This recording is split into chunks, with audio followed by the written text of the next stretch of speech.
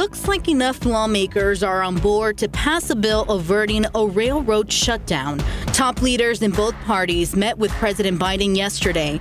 The Senate could take up the plan this week or next after the House vote, according to several Senate sources. A strike is set to begin December 9th if nothing is done. A tornado outbreak across the South.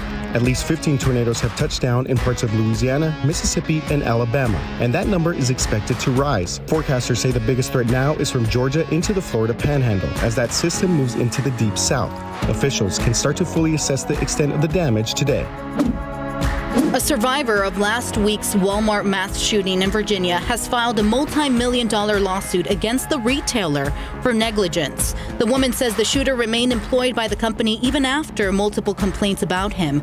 The gunman was a manager at the store who killed 6 people and then turned the gun on himself.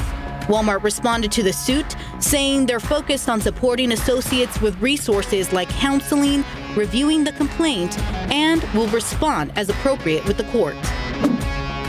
Ongoing eruption from Hawaii's Mauna Loa volcano, the world's largest active volcano. The U.S. Geological Survey says the lava fountains measure 115 to 148 feet high, and the lava flow is several yards thick. Officials also say the flow has come within roughly 4.5 miles of the main highway running across the center of the Big Island. The Respect for Marriage Act now heads to the House of Representatives after the Senate passed a landmark bill to protect same-sex marriage yesterday.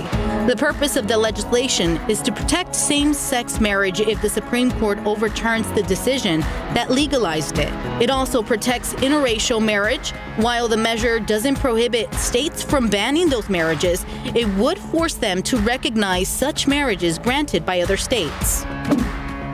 Team USA breathing a huge sigh of relief after defeating Iran 1-0 in what was a win-or-go-home situation. In the 30th minute, 24-year-old phenom Kristen Pulisic delivered what would be the game-winning goal.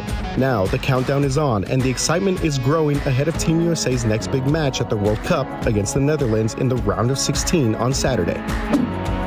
Prince William and his wife Kate arrive in Boston today. It will be their first visit to the States since becoming Prince and Princess of Wales. Their primary focus will be awarding the Earthshot Prize, which was founded by William in an effort to aid climate entrepreneurs. There will be other stops on the agenda, including a visit to the John F. Kennedy Presidential Library and Museum. They are expected to be in the States until the end of the week. Home prices across the country are falling for the 3rd month in a row. That's according to the latest home price index. It shows prices nationally are down 1% in September compared to August.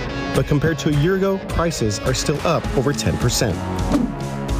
A record number of people in the U.S. went holiday shopping over the Thanksgiving weekend. According to the National Retail Federation, 196 million Americans hit stores and shopped online. That's a 10% increase from last year. And that's despite high inflation and the possibility of a recession next year. And that's today's 9 at 9. Keep up to date with all of San Antonio's top news, weather, and so much more by clicking the like and subscribe buttons below. And once again, thanks for watching KSAT.